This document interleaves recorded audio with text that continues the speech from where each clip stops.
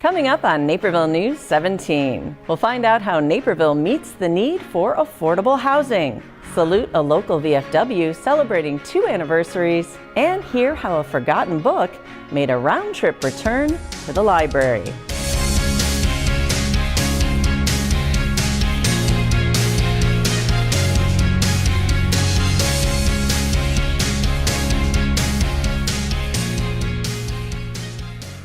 Hello everyone, I'm Kim Pierce. Thanks for joining us for this week's Naperville News. Naperville came up short of state standards for affordable housing. Naperville News 17's Blaine Irwin reports. Of the approximately 50,000 homes in Naperville, only about 3,800 are classified as affordable under the Illinois Affordable Housing and Appeal Act. That's just 7.5%, short of the 10% mandated by law. But that's actually an increase from where the city was at in 2013, last time the report was issued. The good news about that is that we used to have a 6.4% amount, so it has increased. And we are in the ballpark of a number of comparable communities, I think perhaps like Elmhurst and LaGrange. To figure out what residences are affordable, first, income limits are calculated by finding the mean income of an area. For Naperville, incomes are combined with DuPage, Will, Cook, Kane, Lake, and McHenry counties to get an area mean income of $57,250. But the idea is to measure how many homes are affordable to people who make less than that. So the income limit for purchasing is set at $47,400 and renting at $35,550. Affordable residences will have monthly costs of less than 30% of those limits. A house would cost less than $131,667 total, while rent for a 1-bedroom apartment would have to be $952 or less. What do you have to do to get to that kind of a rent? Often what you do is you just need a smaller unit. So even within an apartment complex, you could have studios, you could have 1-bedroom apartments. They don't all have to be larger, 2-bedroom apartments. The city is considering adding more affordable apartments in the 5th Avenue redevelopment project. But for those looking to buy affordable real estate in Naperville right now, condos are a decent option. Condos can range anywhere from 100 all the way, you can get $1 million condo, but probably the average for a condo is probably right around 150,000. Reporting for Naperville News 17, I'm Blaine Irwin. The city is required to submit an affordable housing plan to the Illinois Housing Development Authority within 18 months. The new year offered an opportunity to reflect and look ahead on the year for DuPage County. DuPage County Board Chairman Dan Cronin recently addressed a group of chambers of commerce on the state of the county. What I wanted to report to them is that things look pretty good, at least when you compare DuPage County to other regions of the state. Hosted by Chamber 630, the event offered the opportunity to reflect back on 2018 and look forward to the chairman's goals for 2019, including the dissolution of the DuPage County Election Commission. If there ever was a mandate to the public, it would be this issue. We've been talking about it and planning for it for the last several years. I want to make sure that it's done in a responsible way. I want to make sure that there's no barriers, that there's no legal impediment, that we will stand shoulder to shoulder with the clerk and help make sure that it does in fact work. It seems to me that it is a very opportune time to do it. Cronin also discussed his policies of consolidating units of government, an issue that was overwhelmingly supported in November's general election. The luncheon concluded after a question and answer session with Chairman Cronin. North Central College was recently recognized for one of its bachelor's degree programs. The college's interdisciplinary studies major is among the top 10 in the nation, according to the Bachelor's Degree Center, which compiled a list of the top 30 programs of that type. North Central College came in at number 6, using a metric that took into account cost per credit hour, reputation, faculty to student ratio, and graduation rate. A major in interdisciplinary studies gives students flexibility to combine learning methods and ideas from a variety of departments and programs across the college. The Park District had their first meeting of 2019. Our own Casey Krajewski was there. Southwest Community Park was one of the biggest projects for the Park District Board in 2018, and it came up again at the board's most recent meeting, particularly its name. Resident Ginny Wolf Shivas provided a history of the area slated to be developed into Southwest Community Park, which was settled and farmed by her great-great-grandfather Amos Wolf in the 1840s. She would like the district to consider renaming the park Wolf's Crossing Community Park in honor of the family. After some discussion, the committee was generally supportive of this direction. While the name of the park will be officially discussed on a future agenda, the board voted unanimously to name the pavilion proposed for the park Wolf's Crossing Pavilion. For Naperville News 17, I'm Casey Krajewski. The next Park District meeting will be January 31st.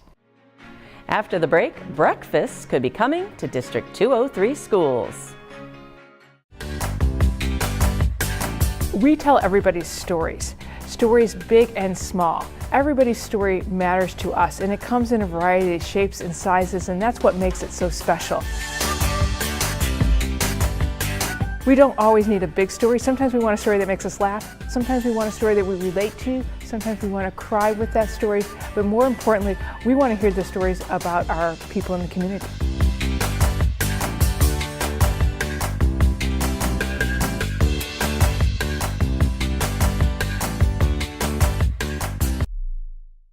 We live in a safe community, but not a crime-free community. If you see something, say something.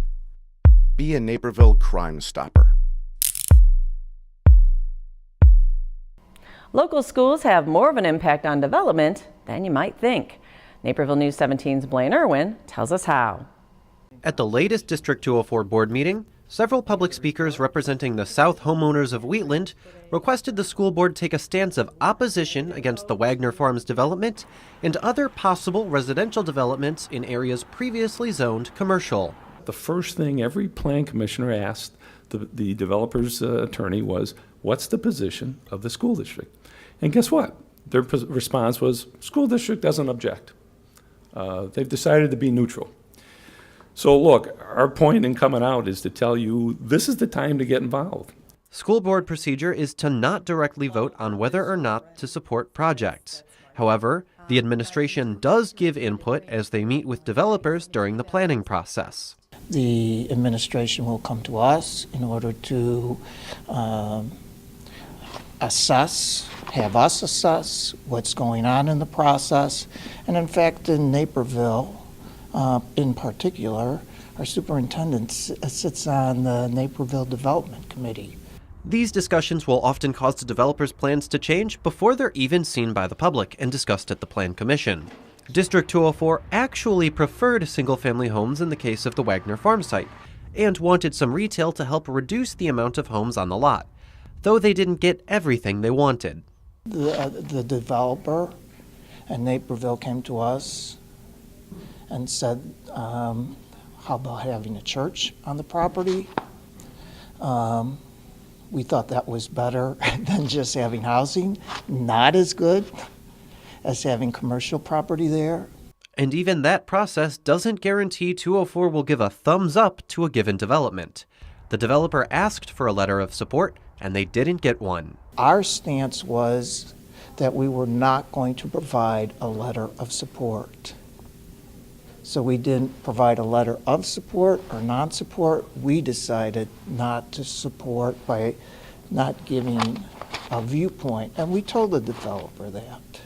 But with no official word from 204, the Plan Commission is left asking the developer for the school's opinion. The last conversation I had with the school district was that they were neutral on the project, which from my perspective, that's what I would hope for. I could count on one hand the number of times I've had a school district say, we support a project, so that doesn't often happen. So the school district staying neutral is frankly what we would look for.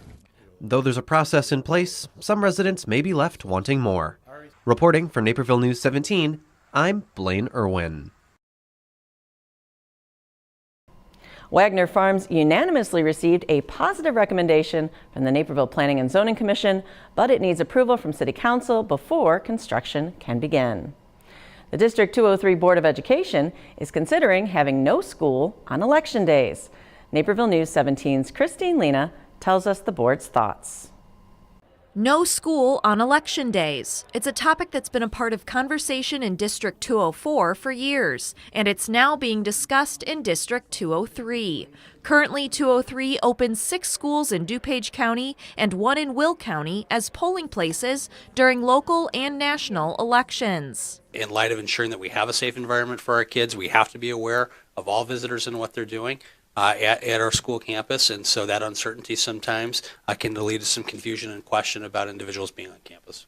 Administration is also considering adding a short fall break that could potentially align with the Monday and Tuesday before the November election. No school on election days would potentially begin in the 2020-2021 school year calendar if approved. But administration is waiting until at least February to proceed further in order to allow the Illinois State Board of Education more time to give guidance on legislative changes that may impact the school year. Also of note at the meeting, the board is considering a pilot breakfast program. The proposal adds healthier morning meal options for students who are already utilizing free and reduced lunch and have no access to breakfast at home. Right now, if they can't afford to do so, we make sure they have a snack. That snack sometimes isn't enough because their last meal may have been the previous day's lunch. And so having a meal in the morning certainly sustains their focus, their attention, and their ability to learn a little bit longer. 1 in every 6 students in 203 qualifies for free and reduced lunch. Currently, both high schools provide a breakfast program, but no middle schools or elementary schools have one. The pilot breakfast program would include mobile breakfast carts to serve hot and cold options in the mornings to 4 junior high and elementary schools. We are proposing junior high students would pay $1.50 for their breakfast, and elementaries would pay $1.40. The participation rate we use for this assumption is 50% of eligible free and reduced students at the proposed sites. The figure of 50% is based on the known rate of snack requests at the elementary level. The pilot would begin at Scott Elementary, Mill Street Elementary, Jefferson Junior High, and Madison Junior High as they reach the district's largest demographic of students using free and reduced lunch. The board will vote on the pilot at its next meeting and, if approved, would begin in early February. Reporting for Naperville News 17, I'm Christine Lena. A District 203 student and her dad will be reaching new heights this March. Naperville News 17's Casey Krajewski tells us how. I'm going to be going to Nepal to trek up through the Himalayas to Mount Everest Base Camp. It's a journey few 15-year-olds get to make. But Sydney Poole will join her father Rick and stepmom Megan on the 3-week trek to the camp 18,000 feet above sea level. To prepare for the journey, the family is hitting the treadmill, 1 mile per hour at inclines up to 40 degrees while carrying 30 pounds of weight for 3 hours. And while Sydney and Megan will be stopping at base camp, Rick is attempting the full summit. Having Sydney and Megan there is going to be awesome because it's a 3-week journey just to get up to base camp. So I'm really looking forward to just spending time with them. Rick started climbing about 10 years ago in Colorado, and Sydney has the bug too, recently summiting the 14,000-foot La Plata in the Rocky Mountains. She's excited for the chance to see the world's tallest mountain, but hasn't yet decided if she wants to one day make the ascent herself. So I'll definitely have to get more experience maybe going back to Colorado, and if it really clicks and it's really something I enjoy putting my time into, then I don't see why I couldn't go all the way. For Naperville News 17, I'm Casey Krajewski. Their trip will last from March 25th through April 13th. Coming up, tips on digging yourself out of holiday debt.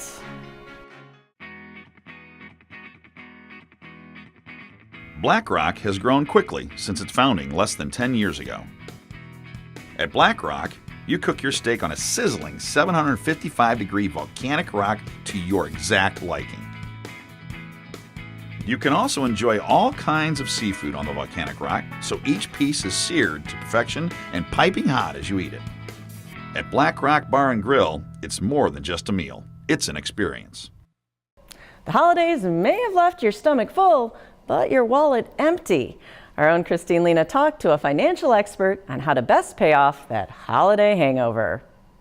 Last year, the average shopper racked up about $1,000 in holiday spending, while about 15% of the public still hadn't paid off debt from 2017 when this holiday season started.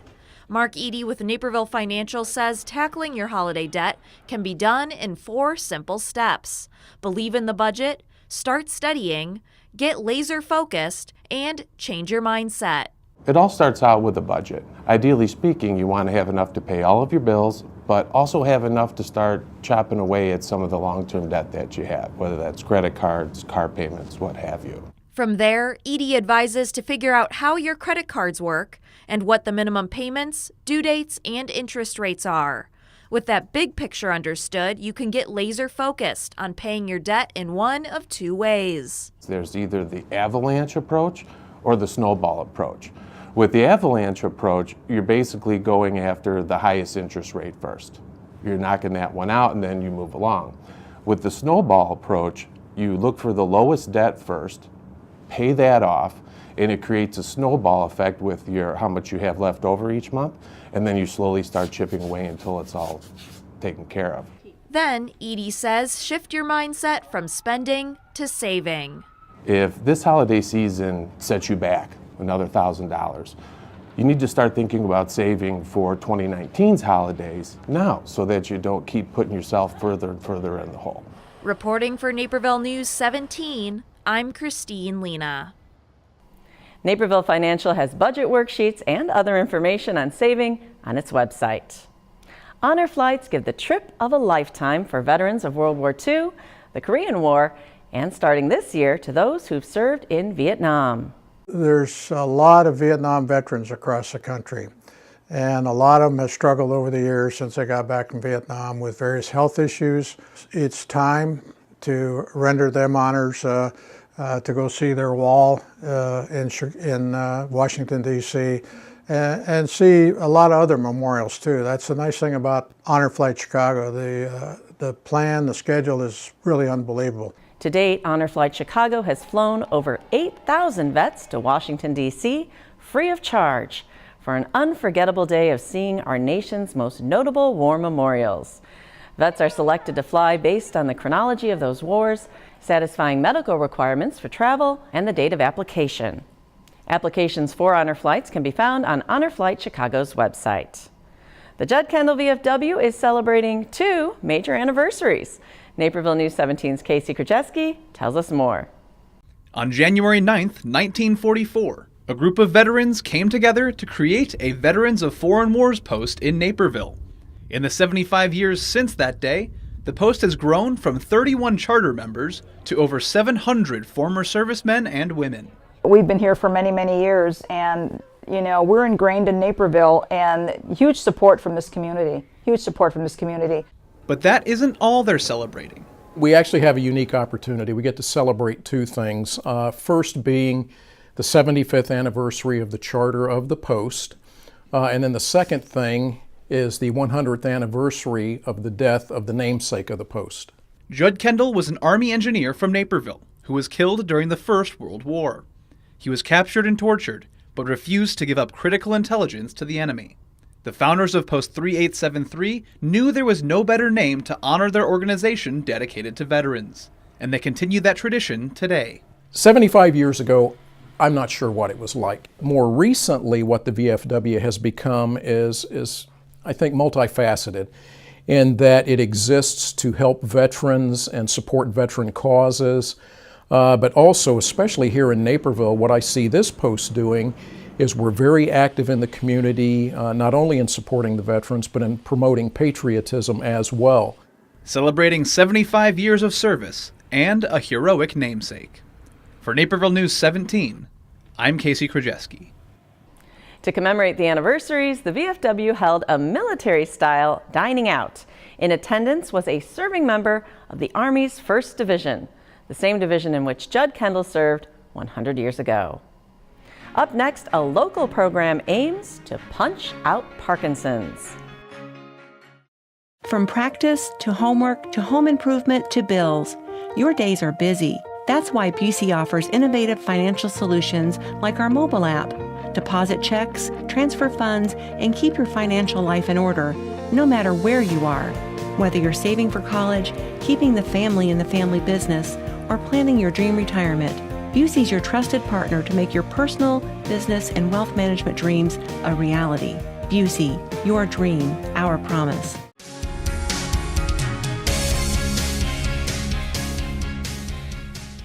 By now, it's a commonly accepted fact that repeated blows to the head, and thus boxing, lead to a higher risk of neurodegenerative disease. So why are these Parkinson's patients now using boxing to combat their symptoms? Yeah, well, we don't punch each other. So that's one thing that I usually tell when I go talk. Dan Serino has a background in medicine as a nurse, having worked in various fields. He also has started a Rocksteady Boxing branch here in Naperville. A friend of mine from the military actually had Parkinson's, and I was down in Indianapolis visiting a friend, and we ran into the two ladies down there who run the Rocksteady Boxing program there.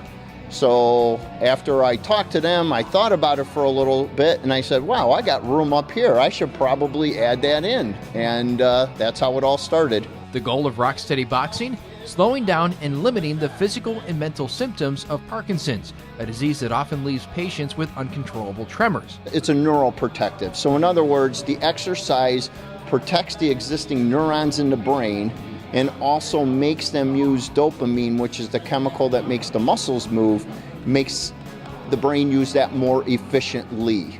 So it's never going to cure them, but it reverses and delays the symptoms of Parkinson's. The gym inside Pure Force Fitness in Naperville houses the classes that help Parkinson's patients overcome their symptoms. It also often provides a built-in network and support system to cope with what can be a difficult adjustment period after diagnosis. Well, it's kind of shocking when you get a diagnosis of Parkinson's because it's a progressive disorder and there isn't a cure. So I wanted to do whatever I could to help myself, and one of the things that's an incentive to do this is that it's the only thing I'm being told that it's the only thing that makes it so that it decreases the progression of Parkinson's. It's neuroprotective, so that's really good incentive to really work at it. The camaraderie is also a big part of this too. You can see people of different levels, and you see people get stronger and weaken and stronger, and so the community is really big. Sandy Dupree and Dave Lowry are among those participating in class on this day. For Dave, he's been attending for 3 months, but didn't necessarily see results on day one. So the first month I would say no, it didn't.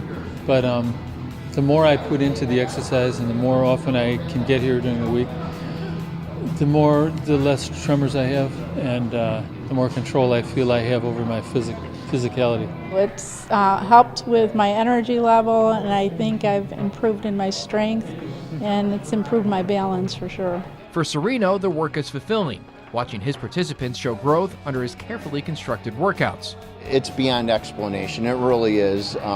They always tell me thank you for what I'm doing, and I always tell them thank you because I get far more out of them than I think they do out of me, but it's awesome. There's one guarantee with Parkinson's: you're going to get worse.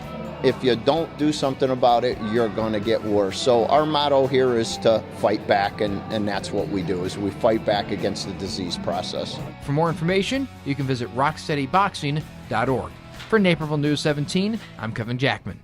If you have an idea for a sports story feature, you can send it to newstips@nctv17.com. The Naperville Public Library recently got a book back that went on a worldwide excursion. Our own Christine Lena tells us about this novel return. Seema Goyal assumed she lost her Naperville Library book for good on a recent flight to India. So imagine her surprise when it turned back up thanks to a Good Samaritan. I am United Airlines flight attendant and found this book on my Chicago-London flight on 22nd December. I would like to return it to its home on the Naperville shelves, as I know it will grow homesick away from them. A note was paired with the book when it returned to Nichols Library, and in just a few sentences, Seema was touched by the stranger's kindness. I'm glad there are people like this in the world. Like, it may seem like a very minute thing to some people. For me, it's somebody going way beyond what they need to do in their life, and they did it out of no expectation that they'll get something back out of this. It's an even sweeter message knowing that the borrowed book, titled Lemon Grove, was a recommended read by Seema's daughter, Annika, a freshman at Neuqua Valley. It just had the storyline of the two boys and just how they grew up. So I thought maybe she'd enjoy that because she's old and she thinks about that kind of childhood memories. And it's pretty easy and quick. As the book returns to circulation, Seema plans to pay the good deed forward, and she hopes to track down the United Airlines flight attendant, Lynn Kullick, to thank her properly. Reporting for Naperville News 17, I'm Christine Lena. And that's what's happening right here in your neighborhood, Naperville. We'll see you next week. Until then, you can follow us on Facebook, Twitter, Instagram, and of course our website, nctv17.com, for daily updates. This week's Naperville News 17 is brought to you in part by the following sponsors.